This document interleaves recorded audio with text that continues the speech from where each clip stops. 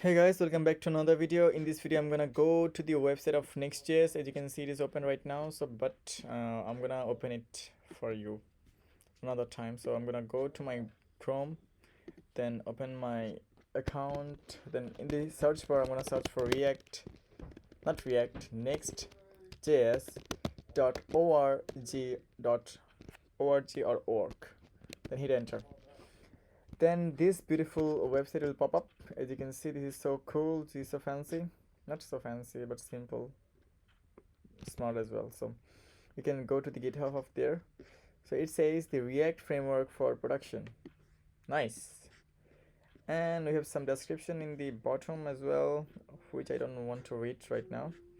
Then we have some SDKs, web SDKs. So image optimization, I like that so much. Basically what it does, it grab your image, whatever it is, PNG image or anything else, doesn't matter. It will grab your image, then it will make it WebP, so that it will make your entire website so lightweight. I like that feature as well. And you have to use the for that you have to use the image component from next.js. You have to use import image from next/image, then use this image component on your to create images. Then we have some TypeScript support, then SSR. I like that feature as well. So SSR means server side rendering.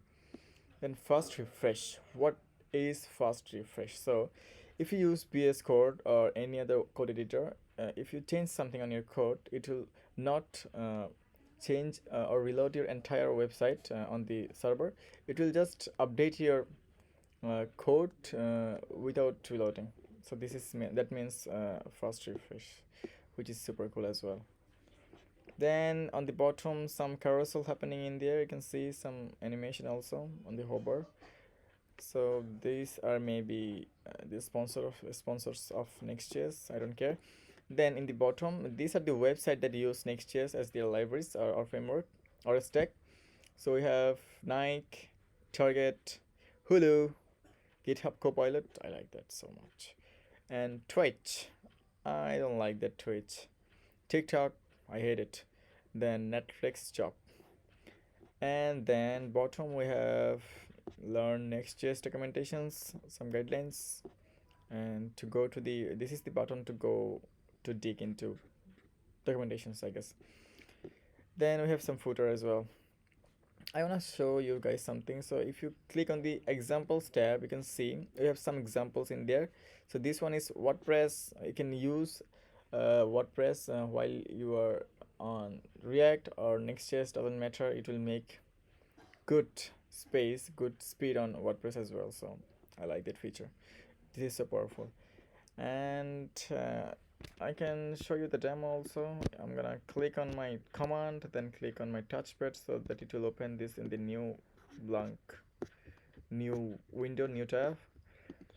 Then I'm gonna open this one also. So let me show you this one first. So this is a blogging website which is not so good. I don't like that. In fact, I hate it. This is so boring. So just ignore that. I'm gonna show you this one. This one is so beautiful.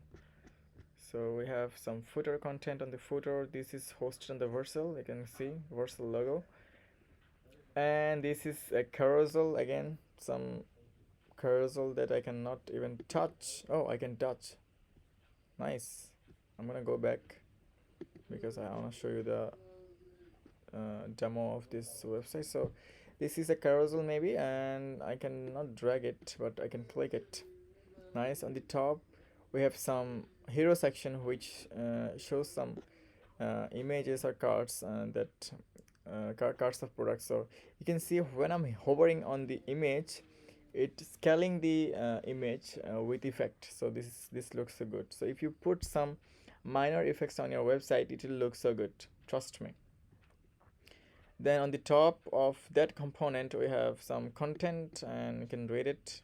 If you have boring time, you can go and dig into that as well. uh, for me right now it makes no sense, and my body just knocked me. So okay, this is good. So this is the example of e-commerce website, and if you want to search something on the search bar, I'm gonna search for tech dudes. hit enter. This will bring you this detail sections for products. So you can see if I reload one more time,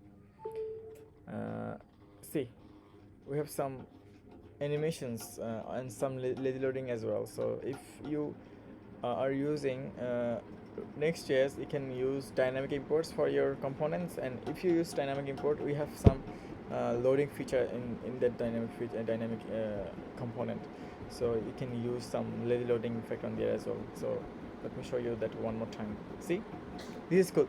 So this is it for this video. I'm gonna catch you in the next one. Till then, take care. Bye. Goodbye.